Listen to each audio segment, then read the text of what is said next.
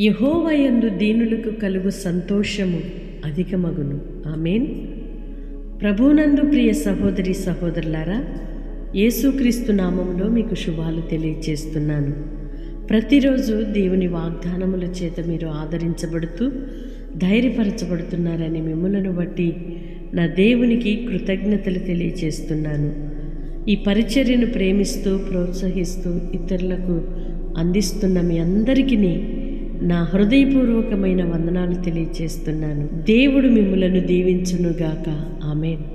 యెహోవా యందు దీనులకు కలుగు సంతోషము అధికమగును. అవును, దీన హృదయము కలిగిన వారు దేవుడు చేయు మేలులను బట్టి ఎంతగానో సంతోషిస్తూ హర్షిస్తారు. కఠినమైన హృదయము కాక దీన హృదయముతో నా దేవుని సన్నిధిలో కనిపెట్టుకొని ఉండుట ఎంతో గొప్ప భాగ్యము, గొప్ప సంతోషము, సమాధానము అనుగ్రహింపబడుతుంది. కనుక ప్రియ సహోదరి సహోదరులారా, దేవుని నామమును బట్టి సంతోషించండి, ఆయన కార్యములను బట్టి ఉత్సహించండి. దీన హృదయముతో ఉండి ఆయన అనుగ్రహించు మేలులు పొందుకొని దేవునికి సాక్షులుగా నిలిచి ఉందురుగాక. ఆమేన్. పరిశుద్ధుడైన దేవా, ప్రేమ కలిగిన తండ్రి, మీ స్తోత్రాలయ్యా.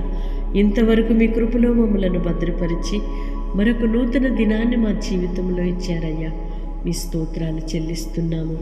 దీనులకు కలుగు సంతోషం అధికమగునని. అవునయ్యా, ఈ దీనులను మీరు జ్ఞాపకం చేసుకున్నారయ్యా.